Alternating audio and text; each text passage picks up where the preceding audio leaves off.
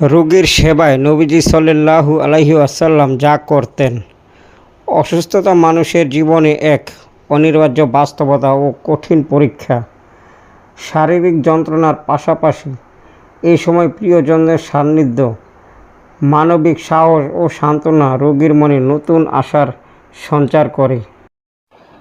মানবজাতির সর্বশ্রেষ্ঠ শিক্ষক মহানবী হজরত মুহাম্মদ সাল্লাল্লাহু আলাইহি ওয়াসাল্লাম অসুস্থতার এই কষ্ট ও মানসিক অবস্থা গভীরভাবে অনুধাবন করতেন। সাহাবী বা পরিচিতদের কেউ অসুস্থ হলে তিনি নিজে ছুটে যেতেন, শয্যা পাশে বসে সাহস জোগাতেন এবং সুস্থতার দোয়া করতেন। অসুস্থতার এই কষ্টকে তিনি মুমিনের জন্য মর্যাদা বৃদ্ধি ও গুনাহ মোচনের সুবর্ণ সুযোগ হিসেবে শিখিয়ে গেছেন। নিজে গিয়ে অসুস্থের খোঁজ নেওয়া ও পাশে থাকা। অসুস্থ ব্যক্তিকে দেখতে যাওয়া নবীজি সাল্লাল্লাহু আলাইহি ওয়াসাল্লামের অন্যতম সুন্নত।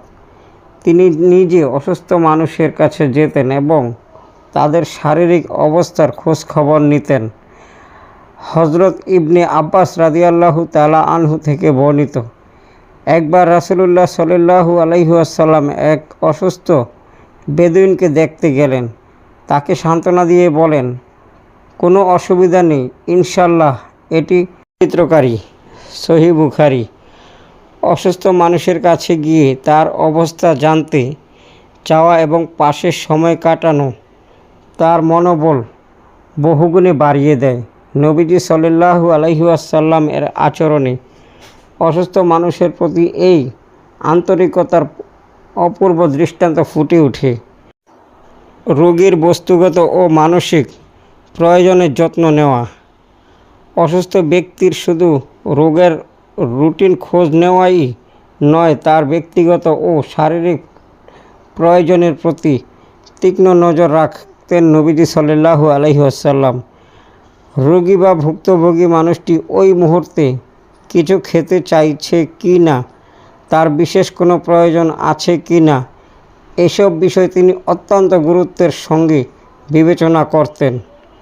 ইসলামের শিক্ষা হলো রোগীর সেবা শুধু ঔষধপত্র বা চিকিৎসা কেন্দ্রের চার দেয়ালের মধ্যে সীমাবদ্ধ নয়।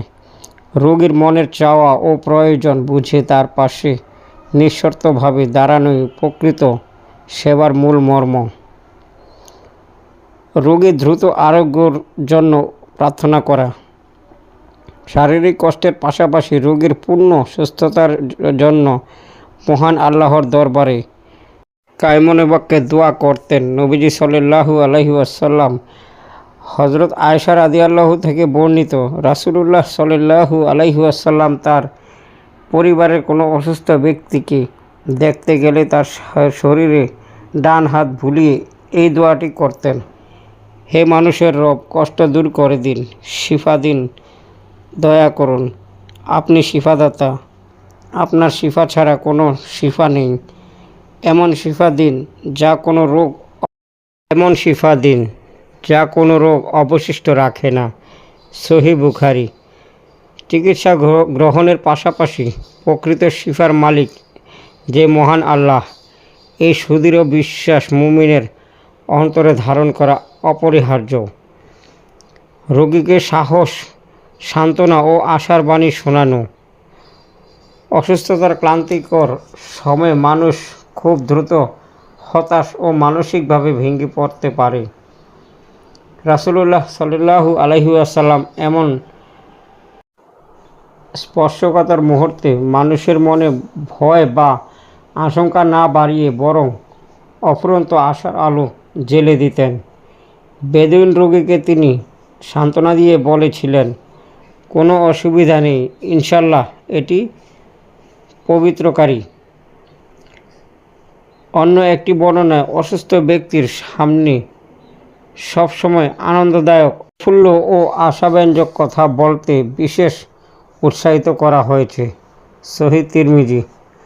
রোগীর সামনে কখনোই এমন কোনো নেতিবাচক কথা বলা উচিত না যা তার ভীত বা হতাশ বাড়িয়ে দিতে পারে। অসুস্থতার কষ্ট মুমিনের গুনাহ মোচনের উসিলা। অসুস্থতা মুমিনের জন্য কেবল কষ্টই নয়, বরং এর পেছনে রয়েছে মহান আল্লাহর বিশেষ রহমত ও ক্ষমার ঘোষণা। হজরত আবদুল্লাহ ইবনে মাসুদ রাদিয়াল্লাহু তাআলা আনহু একবার রাসূলুল্লাহ সাল্লাল্লাহু আলাইহি ওয়াসাল্লামের সঙ্গে দেখা করতে গিয়ে দেখলেন তার প্রচণ্ড জ্বর। তিনি তখন আরজ করলেন, এত তীব্র জ্বরের কারণে কি আপনার দ্বিগুণ সওয়াব হবে?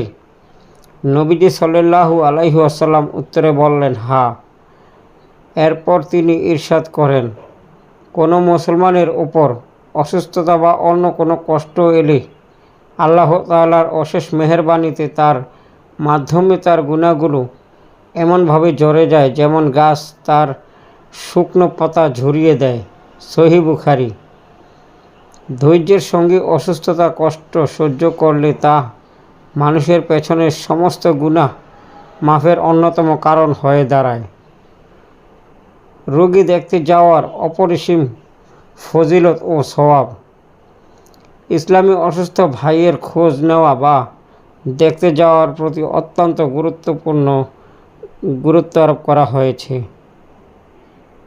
এর রয়েছে অফুরন্ত পুরস্কার, তা হলো জান্নাতের ফল আহরণ। রাসূলুল্লাহ সাল্লাল্লাহু আলাইহি ওয়াসাল্লাম বলেছেন, যখন কোনো মুসলমান তার অসুস্থ ভাইকে দেখতে যায়, সে ফিরে আসা পর্যন্ত জান্নাতের ফল আহরণ করতে থাকে। ফেরেশতাদের দোয়া। অন্য এক হাদিসে এসেছে, সকালে কোনো অসুস্থ মুসলমানকে দেখতে গেলে সন্ধ্যা পর্যন্ত এবং সন্ধ্যায় দেখতে গেলে সকাল পর্যন্ত 70,000 ফেরেশতা তার মাগফিরাত ও সুস্থতার জন্য দোয়া করতে থাকে। তিরমিজি। আত্মীয় প্রতিবেশী কিংবা সাধারণ পরিচিত কারো খোঁজ নেওয়ার নিছক সামাজিক শিষ্টাচার নয়, বরং এটি অত্যন্ত মর্যাদাপূর্ণ একটি ইবাদত। রোগীকে দেখতে গিয়ে পাঠ করার সুন্নাহভিত্তিক বিশেষ দোয়া। হজরত ইবনে আব্বাস রাদিয়াল্লাহু তাআলা আনহু থেকে বর্ণিত হয়েছে যে রাসূলুল্লাহ সাল্লাল্লাহু আলাইহি ওয়াসাল্লাম যখনই কোনো অসুস্থ ব্যক্তিকে দেখতে যেতেন তখন তার শয্যা পাশে বসে এই বিশেষ দোয়াটি 7বার আবৃত্তি করতেন।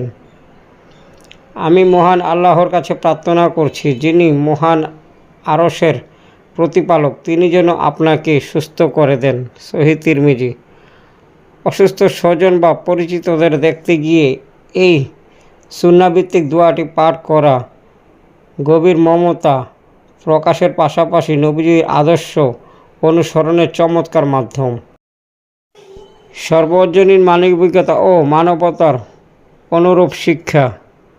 অসুস্থ মানুষের প্রতি নবীজি সাল্লাল্লাহু আলাইহি ওয়াসাল্লাম এর দয়া ও মমতা কেবল মুসলিমদের মাঝেই সীমিত ছিল না, তা ছিল বিশ্ববাসীর জন্য। হজরত আনাস রাদিয়াল্লাহু তাআলা আনহু থেকে বর্ণিত, এক ইহুদি কিশোর নিয়মিত নবীজি সাল্লাল্লাহু আলাইহি ওয়াসাল্লাম এর সেবা করত। একসময় সেই কিশোর গুরুতর অসুস্থ হয়ে পড়লে রাসূলুল্লাহ সাল্লাল্লাহু আলাইহি ওয়াসাল্লাম নিজে তাকে দেখতে তার বাড়িতে যান এবং তার শিয়রে উপস্থিত হন। পরে তাকে ইসলামের সুমহান আদর্শের প্রতি আহ্বান জানালে সে ইসলাম গ্রহণ করে ধন্য হয়। সহিহ বুখারী। এই অনুরূপ ঘটনা প্রমাণ করে যে অসুস্থ মানুষের পাশে দাঁড়ানো এবং মানবতার সেবা করা ইসলামের সর্বজনীন শিক্ষা। রাসূলুল্লাহ সাল্লাল্লাহু আলাইহি ওয়াসাল্লাম এর পবিত্র সুন্নাহ আমাদের শিক্ষা দেয় যে অসুস্থ মানুষের প্রয়োজন কেবল শারীরিক চিকিৎসা বা ওষুধপত্রের মাঝেই সীমাবদ্ধ নয়, বরং অনেক সময় তার সর্বাপেক্ষা বেশি প্রয়োজন হয় একজন আপন মানুষের, যে তার ব্যথিত শিয়রে এসে বসবে, সান্ত্বনার বাণী শোনাবে, পরম যত্নে দোয়া করবে এবং তাকে নতুন আশার আলো দেখাবে। তাই আমাদের চারপাশে পরিচিত বা অপরিচিত কেউ অসুস্থ হলে তার পাশে সহানুভূতির হাত বাড়িয়ে দেওয়া, মমতা ও প্রার্থনার মাধ্যমে সাহস যোগানোই হোক আমাদের জীবনে নবী মমতার এক নিখাদ এবং বাস্তব প্রকাশ।